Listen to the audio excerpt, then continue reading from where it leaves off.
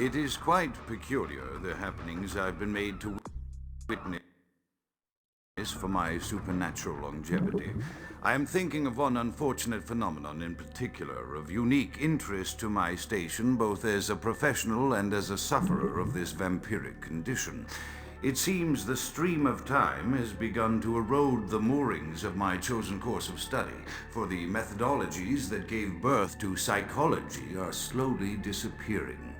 I find myself in an era that overlooks the physical component of psychological pathology time and again in favor of the sophistic practices of Freud. Phrenology, dactopintilism, and the rest of the old guard has fallen by the wayside, its champions all silenced in death, with my unique exception. Would that I could make my voice heard again, although it may be suspicious should I return to popular medical discourse 50 years after my apparent death. No, better that I continue my studies into the psychoses in secret. One day, may I hold up my own cure as validation of the methods.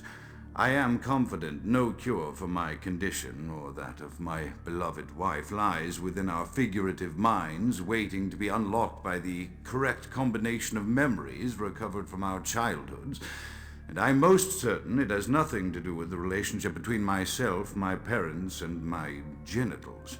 Sorry, Sigmund, but I choose to stay my course. In time, too, may your star fade and disappear. Another unfortunate casualty to tide of time, insane asylums. I lament their loss not only as brokerage houses for the breadth and depth of human psychoses, but also I shall mourn the disappearance of that peculiar environment present only in an insane asylum. That palpable atmosphere of blistered brains and churning bowels, the odoriferous melange of freely flowing bodily humors, that gently rolling cacophony of distant sobs and screams, the muttered cursing at perceived enemies, and the blissful gurgling of the lobotomized, like a newborn babe discovering the sky. I shall still find test subjects as surely as I find bloody sustenance in the night, but this climate, I fear, may never be replicated.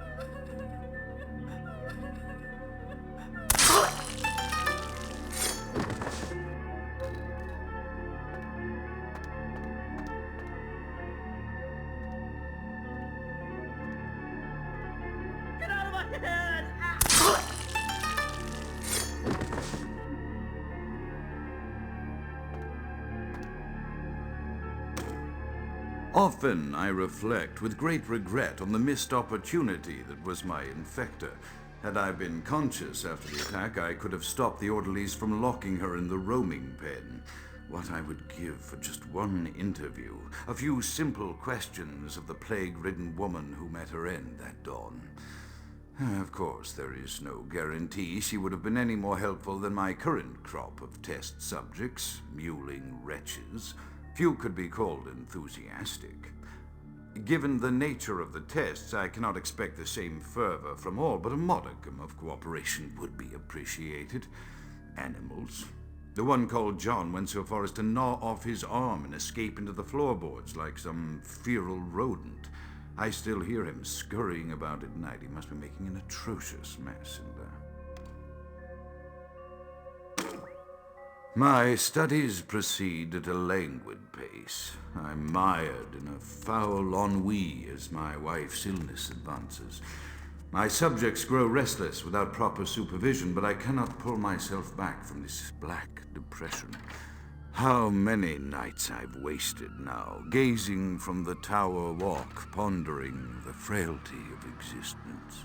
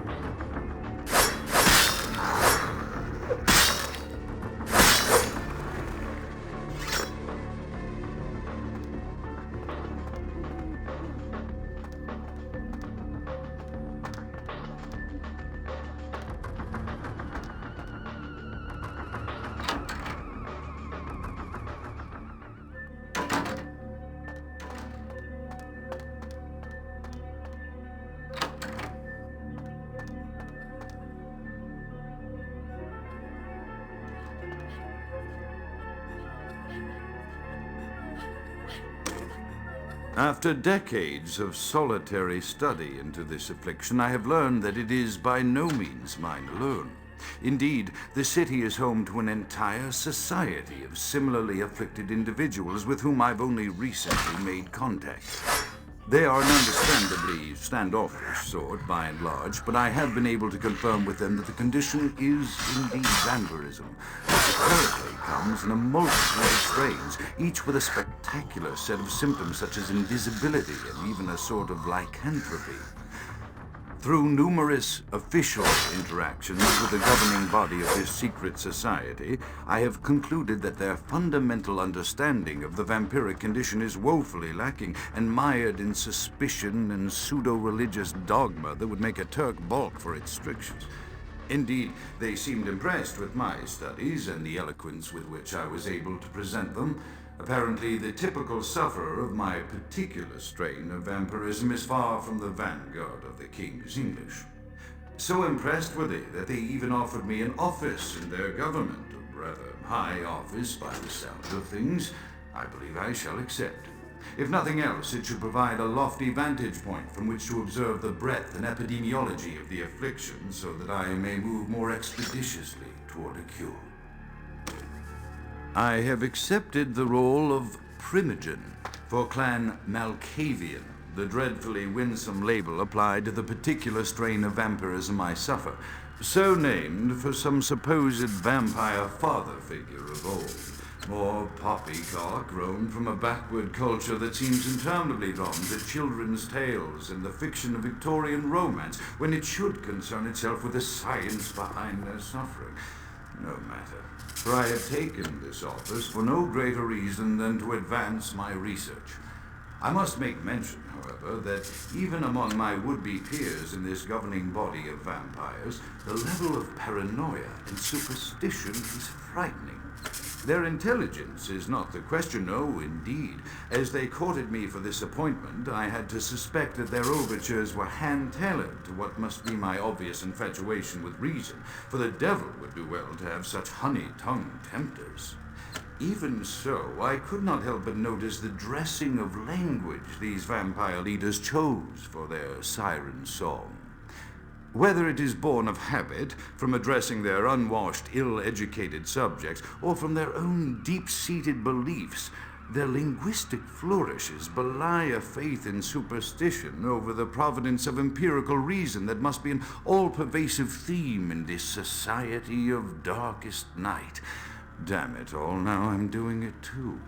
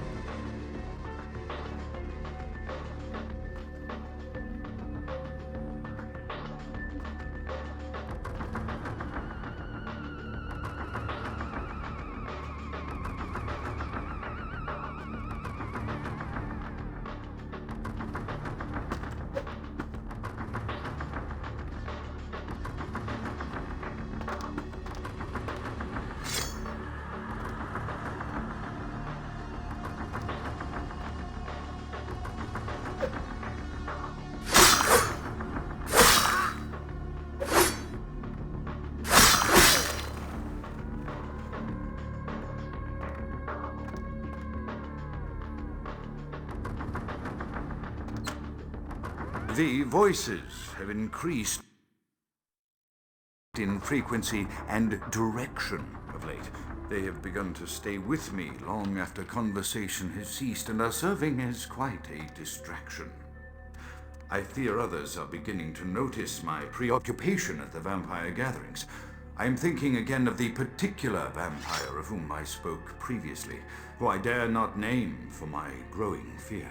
If the voices are to be believed, then my caution is warranted, for they speak of his blackest crimes, both past and future. More than once I have seen the suspicion in his eyes and heard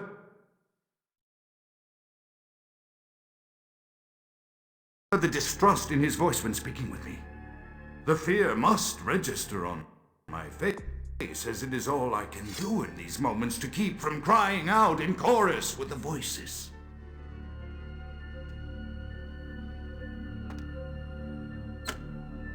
I am no longer safe. I know it. The voices have proven themselves authentic, and I have withdrawn from the Vampire Society entirely.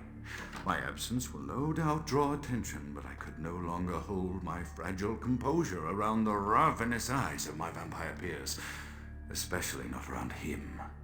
The voices compelled me to make what I fear is a Faustian bargain, but I had to, for their demands are constantly merciless.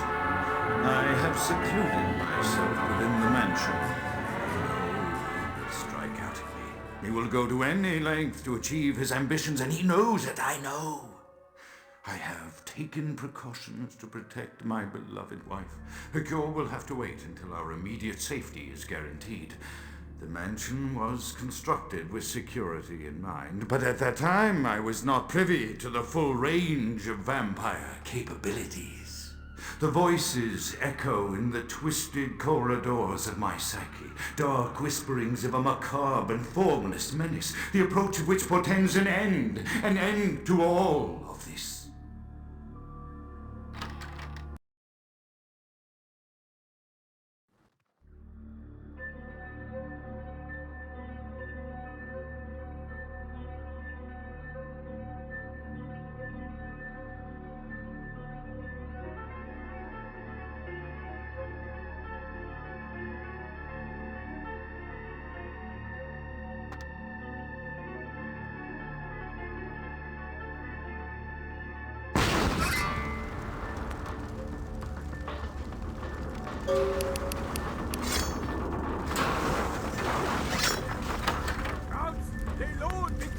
By the flames! Grout is dead? Pity it could not be by my hand. No matter. Soon your self-made kings and false prophets and all who bear the mark of the beast will be washed from the earth for the coming of the Lord. As you burn, tell them it was Grünfeld Bach who sent your damned soul to that lake of fire. All agents of Satan shall return to whence they came. Let this righteous display serve as a promise to all who serve the Archfiend Lacroix. I'm coming for you, Lacroix. By the power of the Lord, I will cleanse your black soul.